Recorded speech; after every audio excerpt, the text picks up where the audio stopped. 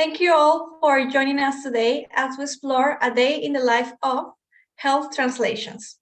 The Polaron team would like to acknowledge the traditional custodians throughout Australia and their continued connection to land, sea, and the community. We recently developed translations for the Voice to Parliament referendum into more than 65 languages, including Aboriginal languages, and we will continue our support to including these languages in future projects. I would like to start with the agenda. We will firstly introduce our panelists and hear from Polaron's founder before moving on to our presentation, the panel discussion, and finally finishing up with the Q&A. Just a reminder that we will answer all of your questions and comments during the Q&A section at the end of this webinar. If you have any feedback, there is a survey link in the descriptions. We'd love to hear from you. First off, I would like to introduce Una Tularik. Una is a Senior Cross-Cultural Development Officer at the Nepean Blue Mountains Local Health District Multicultural Health Service. In this capacity, she provides training to medical and health staff. She also leads clinical practice improvement projects, as well as liaising and working closely with community leaders and consumers. Wonderful to have you, Una. Next up, I would like to introduce Aisha Kenawi. Aisha is a NADI certified Arabic interpreter and Master of Research candidate at Western Sydney University. Her research field lies in medical and court interpreting. Thanks for joining us, Aisha. Finally, I would like to give a warm welcome to Eva Hussein, the founder and director of Polaron Language Services. Eva is a certified translator, interpreter, and a NADI examiner. She will be our moderator for today. Over to you, Eva.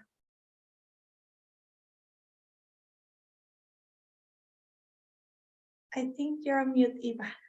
I am on mute. We've been doing this for so many years and we still put ourselves on mute. My apologies. Hi, everyone. This is Eva Hussein speaking to you from the beautiful city of Melbourne.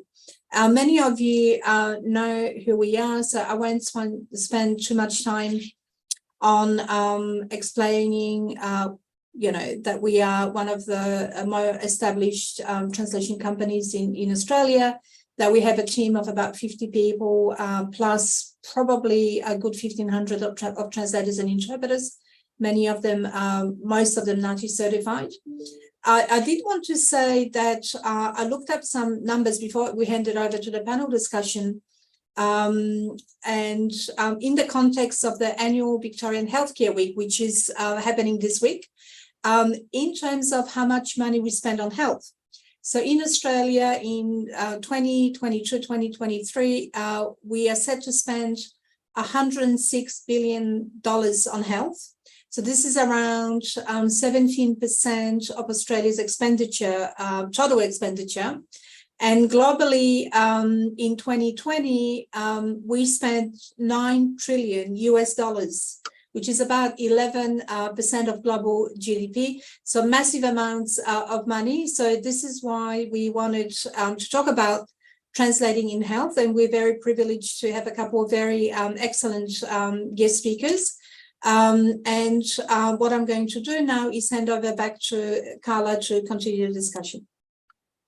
Thank you, Eva. Well, that's a big number. And yes, we are currently at the Health Week here in Victoria. So I would like to continue with the presentation from Aisha Kenawi. Aisha, over to you. Thank you very much, Carla. Hi, everyone. Thank you very much for having me. Today, we're going to talk a lot about interpreting and translating health from our perspectives as language service providers. But my research actually focuses on the other parties involved in an interpreted interaction. So, of course, for us to be able to interpret in a consultation, we have the interpreter, we have the patient, we have the healthcare provider, and maybe some family members and other staff involved as well.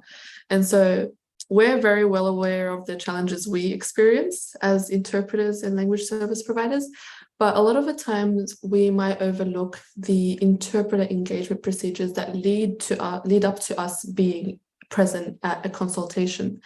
And so that's what I'm going to talk about today. Next slide, please, Carla. Thank you. Now, the reason why I focused on interpreter engagement in primary care specifically is because primary care is the first point of contact for a patient with the healthcare system. So when you or I are sick, when we're sick, we don't go to the hospital immediately, we go to our GP. If we have a toothache, we'll go to our dentist. If our GP or dentist prescribe a medication, we go to our pharmacist. And so all of this happens before we are ever, God forbid, referred to the hospital, right? And so how that goes, how those consultations go, how these experiences go, usually determine what happens next to our health and to our health experience. And when I, as an English speaker, attend my doctor, there is a bit of an imbalance in power in that the doctor knows what we're talking about more than I do. For a non-English speaking patient, the other thing is that they do not speak the language of the doctor. And so a lot of the power is with the doctor. They decide, the doctor and their staff members decide whether an interpreter is going to be engaged, how the consultation is essentially going to go for that non-English speaker, right? So for that reason, the Australian Health Practitioner Regulation Agency expects practitioners in the Code of Ethics to take the necessary steps to ensure that language and cultural needs are met for the patient, for their families, whether that involves including translating and interpreting services, whatever is necessary to ensure that communication needs are met. Still, several studies have showed that for every 100 language discordant consultations, only one of them would have an interpreter present, which is pretty shocking numbers wise. Next, please, Carla. Thank you. And so what I wanted to look at, I'm going to focus on the first research question, is what interpreter engagement procedures do primary care providers in New South Wales have in place for use in language disorder consultations?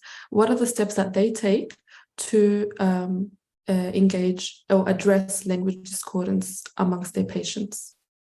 Next. The way I went about answering that question was through phone interviews with two cohorts. The first cohort was primary care providers working in New South Wales, and the second one was native Arabic speakers who self-identified as having limited English proficiency. And the questions that were asked to both cohorts were pretty similar, but the way the question was asked was different based on their who they are. So a primary care provider was asked, for instance, what procedures do you have in place to engage an interpreter? How often would you engage an interpreter for a non-English speaker? What are the ways you address language discordance? Things like that. The Arabic speakers were asked similar questions, but from their perspective as patients. Next. Now, these are only some of the findings relevant to what I'd like to talk about today. It was found that most primary care providers said that they rarely or never booked interpreters for patients with limited English proficiency. They didn't keep a record of limited English proficiency. They didn't keep a record of interpreter need in patient files. They don't automatically book interpreters for future consultations after the first interpreted one. A lot of workplaces do not display multilingual information about the presence of language services in case a patient does need one.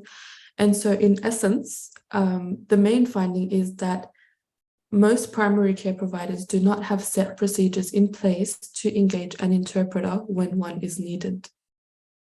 Next, Carl. Now, upon looking at the main themes that emerged, the reasons for that, the reason for the previously mentioned findings is that there's a very big disparity in patient and practitioner knowledge of language services. So if a patient or a practitioner is aware of language services, which is not too common, they might not know how to access them. If they know how to access them, they are unaware of who is responsible for accessing the service, the patient or the practitioner. Patients don't know that they have the right to access. Practitioners don't know they're responsible for providing that access. And so what happens is that there is a failure to provide language concordant care. And something else I actually noticed is that there's a knowledge difference between public and private practice. So if a primary care provider had previously worked in New South Wales Health, they were aware of language services. They had probably accessed the healthcare interpreting service in New South Wales Health, but they might not know how to access it in primary care. Similarly, if a patient had been through the hospital system, for instance, they'll know that there is such thing as an interpreter, that they are available, but they might not know how to request or access one in primary care, in private practice. Fortunately, there is strong practitioner awareness of consent. Consent when requesting an interpreter, they make sure that they do ask the patients if they're okay with an interpreter being present. And they do receive consent for administering treatment. They make sure that they try to seek informed consent. However, some of that informed consent does happen without the presence of an interpreter. So deciding whether it's informed or not is an issue. Another theme that emerged was both patients and practitioners often looked at interpreting as definitely a good solution, but it's a last resort. When all else fails, we'll think about requesting an interpreter. And there were several reasons for this. One of them being that there was issues that they had previously experienced issues with professional conduct and accuracy. Sometimes several practitioners mentioned that interpreters were not always very professional in how they interpreted. They might try to talk to the patient in the background with the practitioner there, convince them to do one thing while the practitioner is telling them something else. Several non-English speakers felt that not everything they were saying was being interpreted, that things were being summarized too much sometimes. In one instance, an interpreter told the patient, "Oh, these symptoms are not relevant to what you want to talk about," and just did not interpret these things. That's definitely an issue. And then there's the inefficiency of professional interpreter engagement. The fact that most primary care providers do not have a set process in place for engaging interpreters means that when they do try to engage them, things are not seamless, things are not smooth, and it becomes more of like a hassle. It takes time, and time is a lot of time, often not very, it's not always on our side. And so that is another issue that was raised. These are the three main themes I'd like to talk about today. The next slide has several others. I just put them there for your reference, but it would take a lot of time to get into them. That is all I wanted to talk about today. Thank you very much. Excellent. Thank you so much, Aisha. Now we will continue with the panel discussion. Over to you, Eva. Thank you. And I might invite our special guest, Una Jaralik from NBMLHD, and she'll tell us what that actually stands for. With the following question, and you've been working in this space for many years, and you also have lots of lived experiences. I know you personally and know that you arrived in Australia at a tender age with your parents. So tell us, why is it important? And now you work in health, so Yep. and not only you work in a hospital, but you also provide counselling services, I think, still. So why is it important to make resources available in language? So Aisha covered interpreting in her excellent presentation, but can we talk about written translations just for a little bit, and why is it important to present information in language to people that you work with? So before I start, NBMLHD stands for Nepean Blue Mountains Local Health District. So I do cover for those from Sydney, from Colinton all the way to Portland and Hawkesbury, quite a large large area to cover. So my role is a senior cross-cultural development officer by day. By night, I usually say this, but during the weekend is also mental health clinician for transcultural mental health, and now renamed Gamble Aware Multicultural Service for New South Wales, formerly known as Multicultural Problem Gambling Service.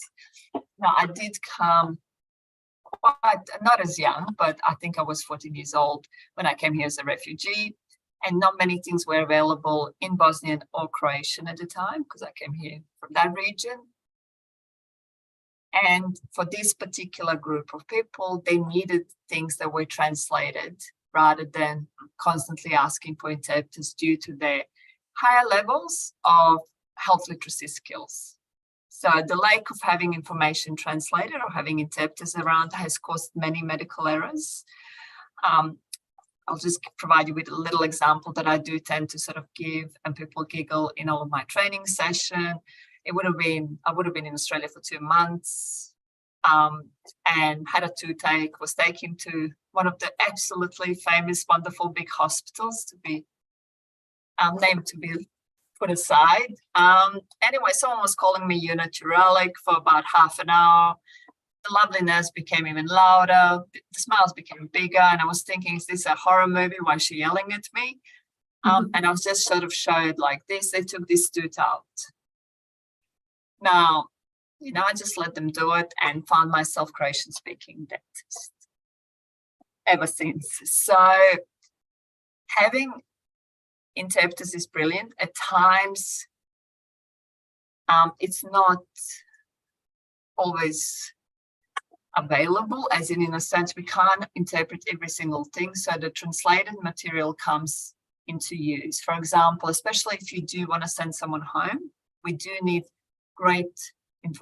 we need, first of all, information that is written well first, then translated. And our resources need to be written for our consumers, as we say, or patients and carers rather than for us. For example, I do remember a brochure in our emergency department that it said, "Welcome to emergency." Now it's long gone. Explaining what CNC does, clinical nurse consultant. Not very patient appropriate, to be honest. So having translated information, you're sort of welcoming patients as well that you care. You're trying to get them out of the sort of hospital into the primary healthcare, as Aisha said. And looked after and ensuring that they do come earlier rather than later with the complications. So, for example, if it's diabetes, mental health, having that information available, it's crucial because that's how we actually let the community know quicker and in a more efficient way. Thank you. No, and you've made some excellent points there. And what I just wanted to add to that, and that's in relation to both what you said and Aisha said, that there are resources available depending on the community need, right? Sometimes you need an interpreter, other times you need to be able to take the information home, reflect on it, particularly in a stressful situation where you're just not absorbing everything that's happening, especially if it's a medical emergency or, a family member or a person you care for is unwell.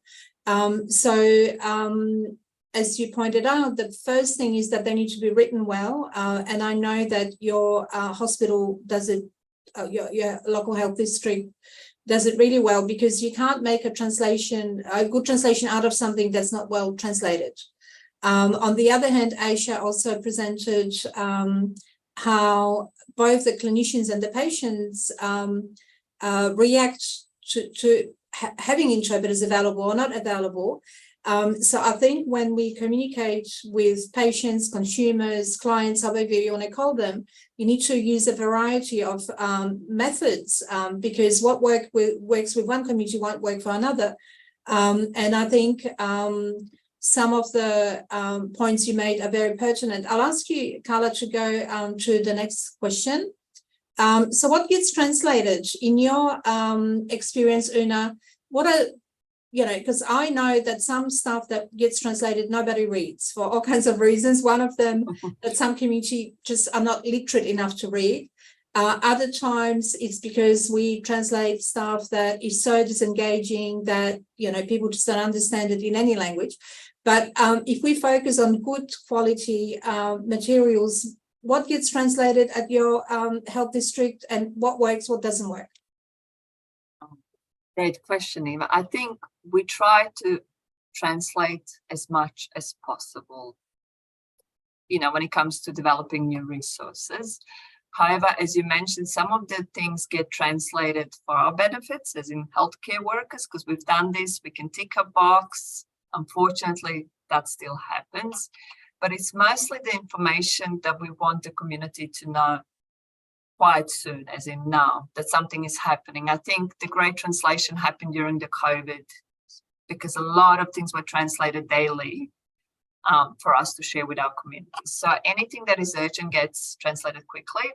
Sometimes we do have funds that allow us to translate things, because the funding is an issue for all of us, not, you know, one particular service. But it's mostly what we need to let the community know right away. That's basically gets translated first. But yeah, at times it is material that shouldn't be translated. And at times there's many translation agencies, and I have known Polaron for many years.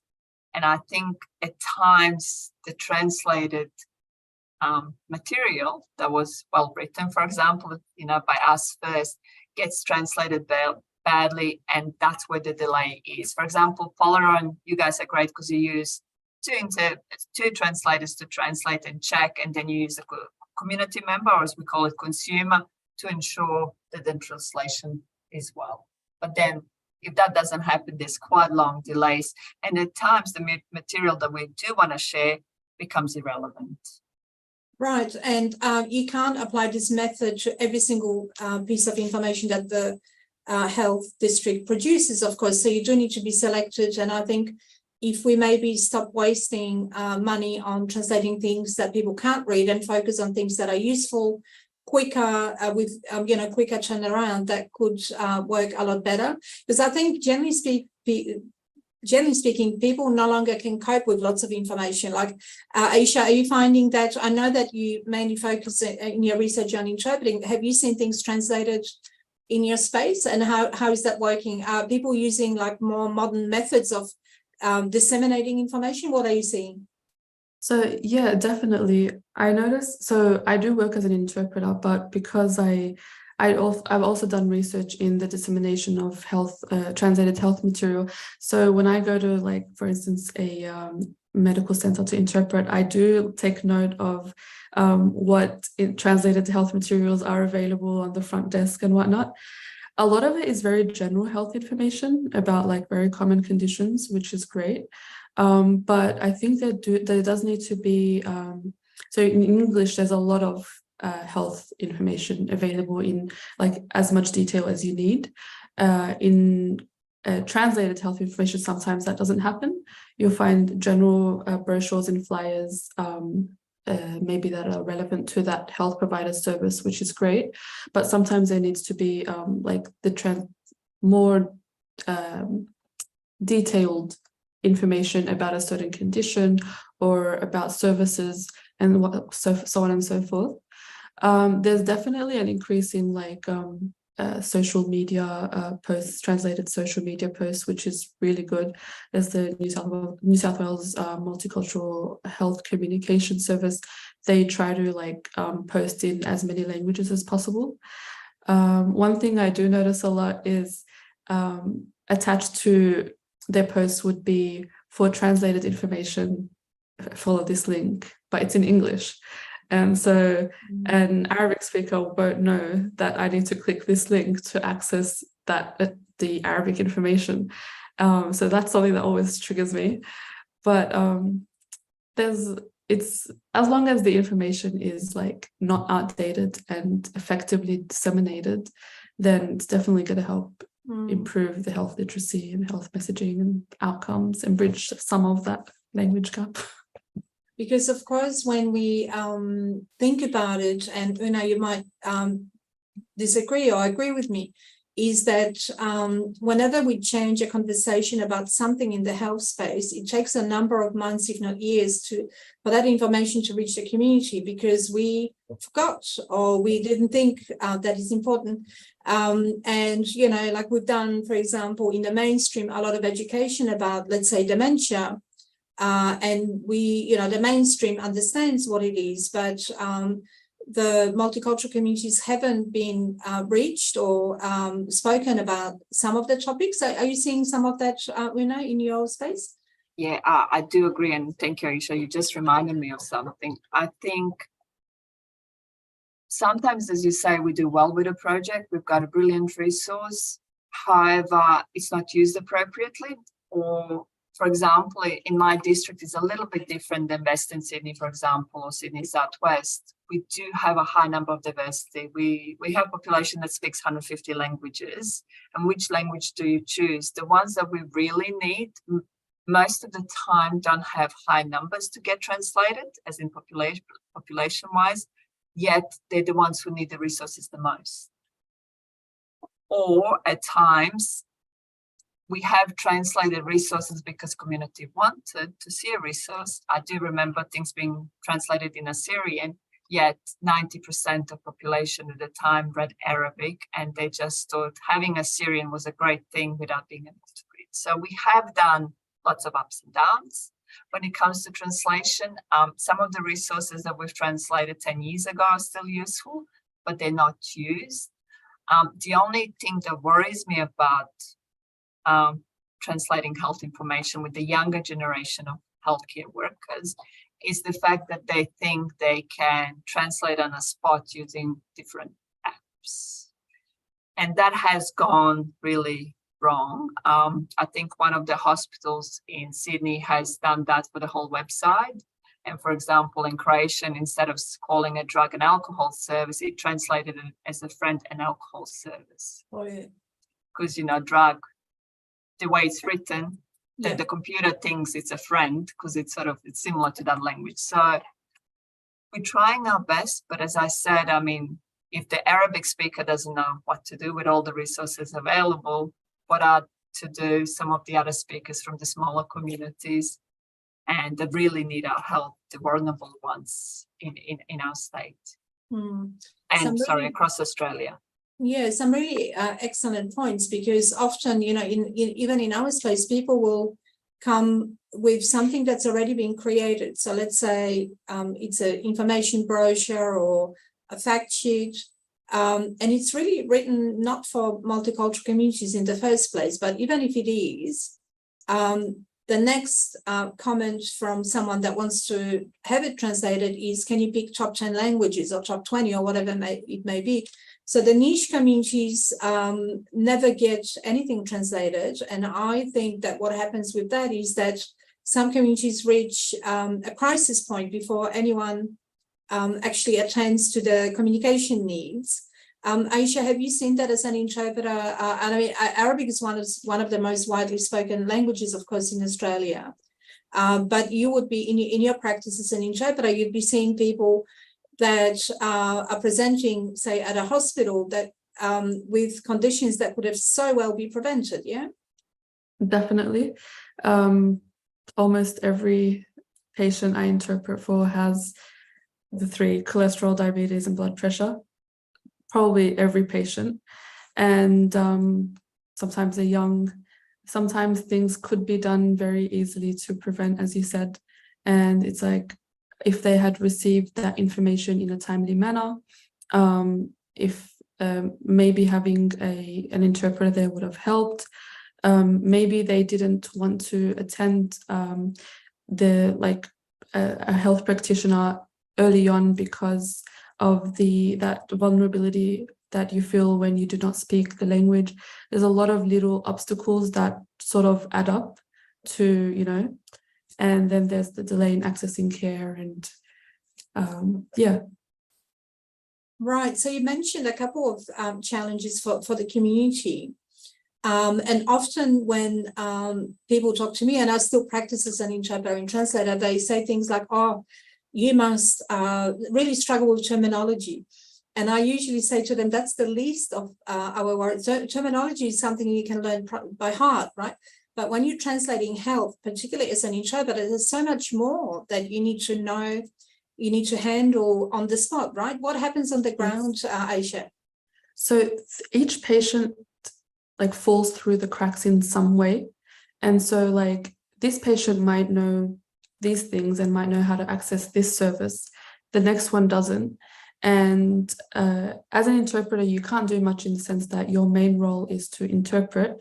Often there's not that room to assist in any other way. And so you'll find one patient that's very aware, maybe has taken their own initiative and done their own research, put in that effort, or had family helping. And then you'll find another that sort of knows nothing about what they need and how they can access the service, or how they can, sort of help themselves. Because a lot of the time, no one knows about everyone's like health situation. You sort of need to, am I making sense? In the sense that they're falling through the, there's little knowledge gaps for each patient. Mm-hmm. And it depends on whether their practitioner has helped fill that gap. And when the practitioner filled that gap, was there a language barrier or not? Yeah. I understand.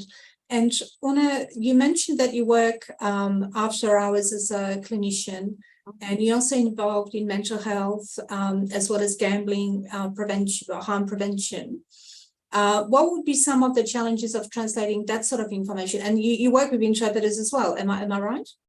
I do work at times with interpreters because we do have many languages that are coming up. For example, Ukrainian, where we don't have clinicians, or lack of Polish or Polish speaking or Russian clinicians because they're retiring.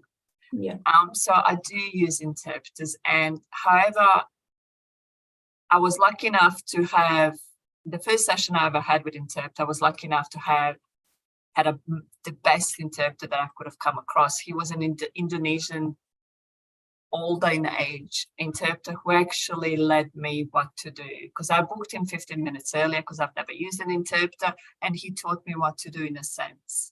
Now, I think it's quite hard, and as Eva is very smart and she knows a lot of terminology, but I think we need to take responsibility as healthcare workers. We're supposed to not use jargon.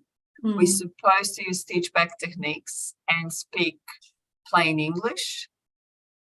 And I think that's where the cracks happen, because you can't be great at everything, know everything. I work for health, but I'm a mental health clinician. Still, the jargon at times I don't understand. So it's quite important that we do engage with people appropriately, all of our consumers and carers. Because I think for me, for us, the biggest issue should be that we don't spend enough funds on preventative health, as you have brought up. We tend to have brochures when people get sick, and when they end up in hospital, quite a lot of resources, but not when it comes preventative. This is what you do. We tell you when you're sick what to do, not to be sicker, rather than, this is what you do so you don't end up here. And also, I think the issue that we need to look at is that 60% of people who speak English as the first language have a poor health literacy. And then 74 apparently of those with English as a second language. And when you talk to someone, you need to repeat stuff, because if they're in crisis, they only hear 50% if you're lucky. So, yeah, when it comes to interpreters, my experience has been always wonderful because of that first interpreter who taught me what to do and how to speak and how to slow down and, where his chair is, which I still trying to learn how to work with a video interpreter. That's another challenge because you kind of don't have that. But I think we do need to have more training and more things. And lastly, not use interpreters as machines, because we do promote as multicultural health that interpreters need to be booked appropriately, as in 15 minutes before the appointment, 15 minutes after the appointment, because we do tend to pay for all of it and travel because of that briefing and debriefing, because you can't know everything and expect. And I think I'm okay if interpreter, especially with some of terminology, tends to interpret the essence rather than word by word, because that can become gibberish for the languages that I speak anyway.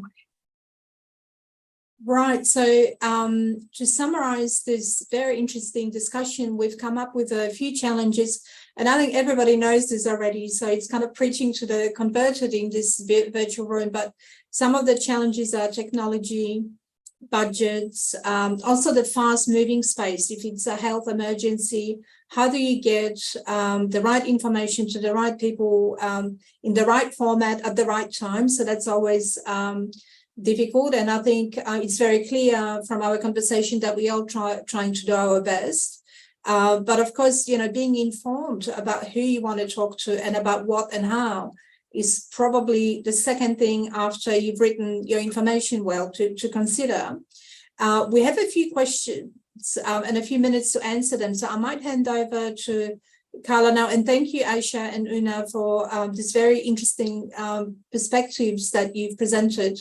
You each come from a different camp, if I can put it that way. Aisha being an interpreter and an academic, and Una being a practitioner and a clinician. That's been very, very interesting. Carla, what questions do we have? Yeah, thank you so much, Eva. So we have here a question that it's more like a scenario that maybe Una and Aisha has been part of in their time of working with interpreters or translations. It's what is the procedure when the patient attends with a family member who speaks English? And these patients have also there's an interpreter in the session or in the consultation, and the patient keeps interacting and engaging with both their family member and the interpreter. May I answer that? Yes. Is that all right, Aisha? I do have an issue with this. Go ahead. This is now it's a big no-no, because we do allow it as a carer in mental health. But what we have started a couple of years ago now, maybe 5 years ago, is saying to the clinician, if a patient says no to interpreter and they say, I'll use a family member, you need to say that you need interpreter to do your job. And there's a policy that says, otherwise you'll get in trouble. I know it's sort of simplified. The family members at times do misbehave in a sense, or say this is a bad interpreter, even though the interpreter is doing a great job, just to get their point across. Hence why we've sort of put in our training, if a family member becomes difficult or before the session starts, for the clinician, for the doctor or nurse to say, I will be using interpreter, we'll be asking the questions. You're more than welcome to stay, but they will be addressed to the patient. Hence why the interpreter, even though you might be wonderful, multilingual, bilingual, we appreciate that. But unfortunately, interpreters need to be used so we can do our job. So we've actually turned it around in a sense where we're saying the patients don't need interpreters, carers don't need interpreters. You do in order to do your job.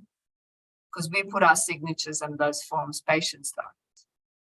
And it is all about risk management. And yes. I think medical settings are acutely aware of those risks. And yet, Aisha will tell us that it doesn't always happen, right? Yeah, so different places in different parts of the health sector have different policies. New South Wales Health, for instance, you are required to use the interpreter, not the bilingual family member. I had an instance where the family member was a friend of the patient, actually got very angry and very upset that she was actually not allowed into the room. But at the same time, if she had been there, it's not necessarily a bad thing for her to have been present. But for New South Wales Health, using the interpreter is what is policy. But for instance, in primary care, there's a heavy reliance on family and friends, ad hoc interpreters, sometimes even admin staff from the practice or like any ad hoc interpreter, anyone available to interpret, which comes with its own risks. I haven't seen it's in the code of ethics where you're supposed to, engage an interpreter and whatnot. Is that implemented? No. But yeah, different policy, different practices, different policies, and yeah. In other words, we can all do better than what you are seeing. And I think Una's example of where the onus is put on the health practitioner is a good one, because if you were to ask that health practitioner, would you like a family member to speak for you on your behalf? They'd probably say, oh, hold on a second, probably not. Worse still, a child, like that should be criminalized.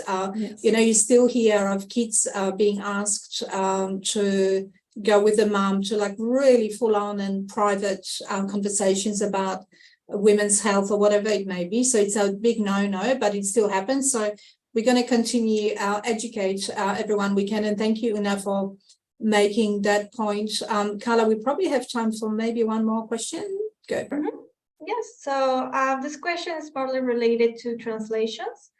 As English terminology is difficult to translate in some languages like Hindi, due to the patient not knowing that Hindi word, the translation, would it be correct to put the terms in both English and Hindi? Any views, Aisha or Una? I think, and that goes again with, even the slogans or the service names or any word that can be translated. I've seen a lot of translations health related from New South Wales Health where they sort of keep English. If that is to happen, like in a program such as Stepping On, that doesn't tell you much we've translated. Putting in a bracket, we need to be able to explain what it is. Mm-hmm. As you said, if it's a service, explain like community health, explain what they do in simple terms. English, and then, of course, the translators, they do their magic, but it needs to be explained. Just leaving the English word hanging might not mean anything, to be honest, because people will go with eyes, visually, even I do, to your native language, and you sort of don't even look at the English word, what's written in English. And for the more established communities, of course, the issue is that the English words may be the only words they know, particularly when it comes to technology or I remember years ago, we ended up using the word dementia for the Polish community. There's a medical term for that in Polish, which is the correct term, but they wouldn't have been able to understand it. So sometimes we need to navigate and negotiate the spaces. How about you, Aisha? What do you think? Yeah, I definitely agree. You're supposed to look at the function of the text, what's the purpose it's going to serve, and who are its target audience. And if the target audience would understand the English term more, then including it alongside the Arabic, for instance, with an explanation, like Una said, is what would serve the purpose. Yeah, and sometimes as a translator or interpreter, you have to make those decisions on the go and make a decision for the entire community. So just to wrap up, I give this example to everybody all the time, but we did translations of palliative care information once, where we were asked to mistranslate the term palliative care to respite care, because the community leaders in the Greek language decided that the community wasn't ready for end-of-life messaging. So we were getting lots of negative feedback from the community. But that's because somebody once upon a time decided to mistranslate.